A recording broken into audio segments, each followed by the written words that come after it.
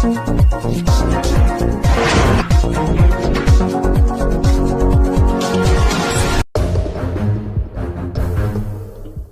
हैदर के घर में घुसकर गला पकड़कर थप्पड़ जड़ने से पूरा परिवार सदमे में है।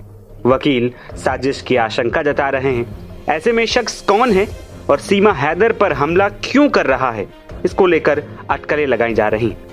सोमवार को खबर आई कि सचिन मीणा और सीमा हैदर के घर में घुसने के आरोप में हिरासत में लिए गए युवक के खिलाफ शिकायत के बाद पुलिस ने केस दर्ज कर लिया है। रविवार को उसे कोर्ट में पेश भी कर दिया गया। इसके बाद उसे जेल भी भिजवा दिया गया। पूछताछ में उसने कबूल किया कि सचिन और सीमा का वो फैन है और यहाँ उनसे मिलने आने की बात कही। पुलिस का दावा है कि आरोपी मानसिक रूप से बीमार है। फिलहाल पुलिस भी ये बात मानने को तैयार नहीं है कि उसने सीमा हैदर के साथ मारपीट की। उधर पहलगाम में आतंकी हमले के बाद भारत और पाकिस्तान के बीच बढ़ते तनाव को देखते हुए सुरक्षा के मद्देनजर सचिन और सीमा के घर के बाहर सादी वर्दी में पुलिस के 2 जवान तैनात कर दिए गए। पुलिस के मुताबिक मीणा ठाकुरान मोहल्ले में स्थित सचिन और सीमा के घर में शनिवार रात एक युवक घुसा था। उसे परिजनों ने दबोच लिया। सूचना पर पहुंची पुलिस ने युवक को हिरासत में लेकर पूछताछ शुरू की। पूछताछ में युवक ने बताया कि उसका नाम तेजस जानी है, जिसकी उम्र 35 साल है और वो गुजरात के सूर्यनगर जिले का रहने वाला है। वो गुजरात से ट्रेन में सफर करते हुए नोएडा के रबुपुरा पहुंचा था। पुलिस से वहां की थाना पुलिस से वेरिफिकेशन कराया तो पता चला कि आरोपी का कोई आपराधिक इतिहास नहीं है।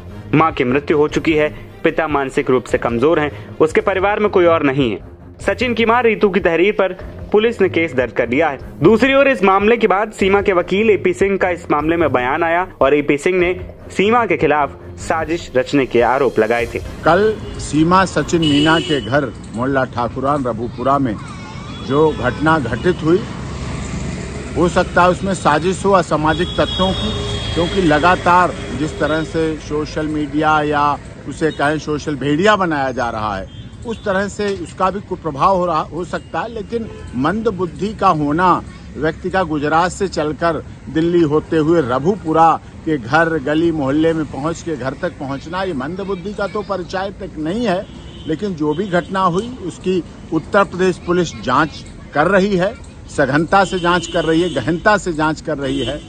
सुरक्षा व्यवस्था तो पूरी चाक चौबंद है। वो हॉस्पिटल से आके एक दिन पहले तो पहुंची हॉस्पिटल से अपने बच्ची के इलाज के लिए सीमा, और वहां ऐसी घटना घटित हुई तो कहीं ना कहीं साजिश भी हो सकती है। लेकिन इसकी जांच उत्तर प्रदेश पुलिस निश्चित तौर पर कर रही है। सुरक्षा व्यवस्था कठिन है, लेकिन असामाजिक तत्वों का काम है धमकी देना। मुझे भी धमकी देते हैं, सचिन को भी धमकी देते हैं, सीमा को भी धमकी भी देते हैं, और ये घटना भी घुसने का प्रयास और ये सब कुछ किया, जो कि बहुत ही गलत है।